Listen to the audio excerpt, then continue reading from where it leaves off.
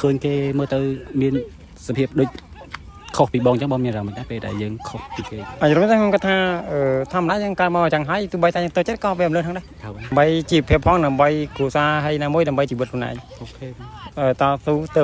គេហៅថាមនុស្សមានតម្លៃអត់ឲ្យកុំមកលំបាកជាមួយយើងអត់អីណាបងខ្ញុំសួរពាក្យគាត់អត់អីណាហើយបាទໄວចឹងពីការតាំងពីដើមបាទពីដើមហើយបងដើរលក់នៅណាខ្លះដើរលក់មកឡាខាត់ហ្នឹងហើយបញ្ជូនមកទឹកអញ្ចឹងហើយសុំដើរបាយនៅណាវិញខ្ញុំនៅពងត្រាច់ណាពងត្រាច់អូអ្នកពងត្រាច់ណាខេត្តកំពតទេបាទហើយបងលក់មួយថ្ងៃបានប៉ុន្មានថ្ងៃសៅរ៍អាទិត្យបានប្រហែលជា30ផងអូបានច្រើនហើយបាទបើដើរមិនរឿងក៏ជីម៉ូតូដើរផងជីផងដើរចិត្តដើរពេលឆ្ងាយជីម៉ូតូចឹងហើយបងមានកូនមានកូនមែនទេមានកូនប៉ុន្មានកូន2កូន2អូទោះជាគាត់ពិការក៏ដោយប៉ុន្តែ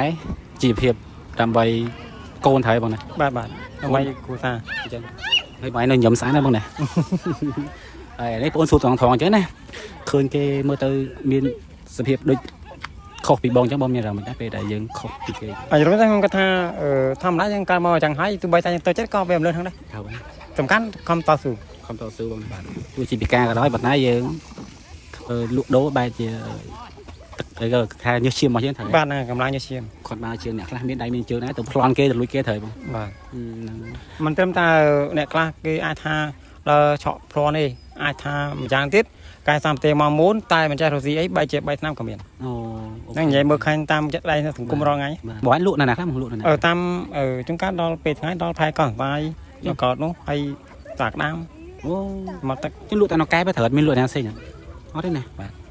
កែលក់មួយថ្ងៃអស់40ថងអញ្ចឹងណាវាអត់ទៀងដែរបងបើសិនជាថ្ងៃណាថ្ងៃទឹកមានជាច្រើនបានអញ្ចឹងតែបើសិនថ្ងៃធម្មតាបានដែរអូមួយថងបានដែរបងមួយ 5,000 ដូចគ្នាបង 5,000ហ្មងណាបាទអញ្ចឹងបងប្អូនណានេះកុំភ្លេចជួយតែងគាត់ហ្នឹងបងប្អូនគាត់លក់នៅខេត្តកែបយើងណាគឺគាត់ពិការបណ្ដោយប៉ុន្តែ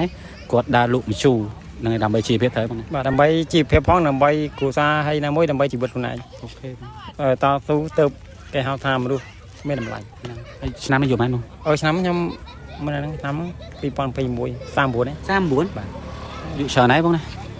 អញ្ចឹងអាហ្នឹងបងពិការតាំងពីកំណើតបាទពីកំណើតតាំងពីកំណើតណាអាហ្នឹងចូលថាមិនមែនថាបងមានបញ្ហាផ្សេងអត់ទេណាកើតមកចឹងហ្មងកើតមកចឹងហ្មងបាទ